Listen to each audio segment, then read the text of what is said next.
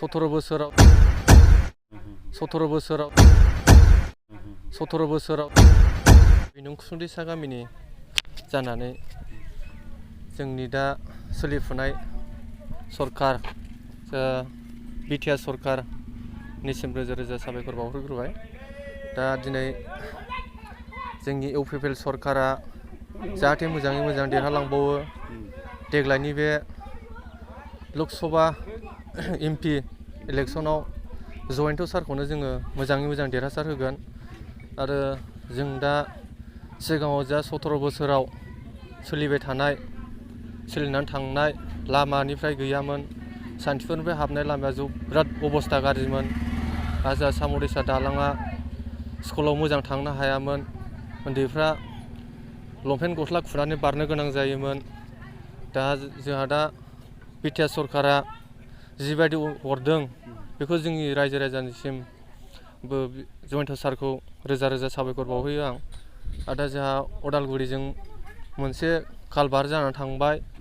आरो दा जोंहा नैबे फरेस्ट केम्प गुदिजों मोननै जानानै थांबाय देग्लायनो, दालाङा मोननै। आरो जोंहा दा जेएमनिबो मोनसे सफैबाय।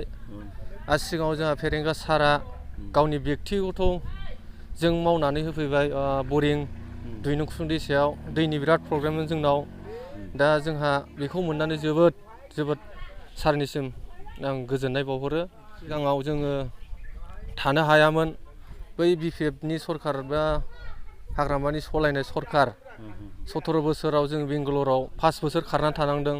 बै समाव आर्मि पुलिसनि नोजोराव जोङो माने 1 किल'मिटार आर्मि फैगौ होनबानो जोङो खारसारजोबोमोन आरोखि, जों थानो हायामोन। दा बेबायदि अबस्थानिफ्राय जोङो रैखा मोनबाय, सान्थि फैबाय।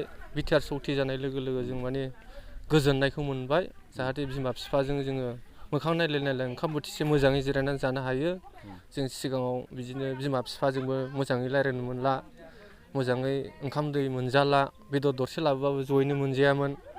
दा जों बिटिआर सरकार जानाय लोगो लोगो बिराद मोजां जादों। आरो दा जोंनो सिगांनि 17 बोसोर बिपिएफआ सलायनानै थांखांबाय, खिन्थु बेखौ जोंनो नांखाया आरो जोंनो बे सरकारा माने थैनानै थांबाबो अरजाला आरो बे सरकारा। दा जोंनि बिटिआर सरकारा माने थाबाय थानांगौ, मथा मथि मोजाङै मोजां सलायलांनांगौ प्रमद साराबो। दा जोंनि इएमफोरखौबो आं खावलायहरनो लुगैयो, मोजाङै मोजां जोंनि दा एसे आद्रा दङ गामि सिङाव हाबनाय लामा। दा जोंनाव दालां 3 दङ, बेखौ जयन्त सारा देरहालांनानै गामिखौ जोंनि गामियाव मोजाङै मोजां मावफैयो। स्कुल जोंहा दा गैया, स्कुलखौबो आङो मावफैनो थाखाय दा देरहालाङोबा मोजाङै मोजां मावफुंना होफैयो। सिगाङावथ' जोंनाव रेसन कार्डखौ बै 17 बोसोराव रेसन कार्डखौथ' मोनखायाखै खावसेयानो। माने नोंस्रा गैया, नैबे जोंनिसो, उमुगाबो जोंनिसो होननानै बुङोमोन आरोखि। दा जोंनावथ' बेबायदि नायख्लं नुख्लं गैया जोंनि बिटिआर सरकाराव। जोंनि दुइनंखुंदिसायावथ' मथा मथि नायख्लं नुख्लं खालामाखै, माने समानैनो नोजोर नायना होदों। जोंहा गावबुरामोन दङ, बिसोरबो मोजाङै मोजां नायना होदों। आरो फारसेथिं अरुनादय, दाथ' अरुनादयाथ' सिगाङाव गैखायामोन। दा जोंनि बिटिआर सरकार जानाय लोगो लोगो अरुनादया साक्सेसफुल जानानै थांजोब्बाय जोंनि गामियाव। मोननो माने बारा बुरजा गैला आरो 96 गहराव जोंनाव दा मथा मथि 10-15 गहरसोल'सै आरो अरुनादयाव मोनजोबनो।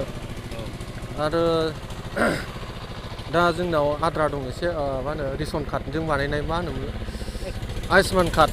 बेबो लोमजायोबा साजायोबा जोंहा बिराद मोजां सुबिदा। दा आयुष्मान कार्डखौबो जोङो मोननो थांगासिनो दङ। बाद बाखि बारा बुरजा गैखाला मोननांगौआ, माखासेयानो मोनजोब्बायानो। बे आरो सरकारि गहराबोथ' फ्रायानो मोनजोबसैयानो जों गामियाव, माथो बारा बुरजा गैलायानो। आरो दा बिटिआर सरकार जानाय लोगो लोगो माने मोजाङै मोजां सोलिगासिनो दङ, बिदिनो सोलिलांबाय थाथों मिजिंथियो।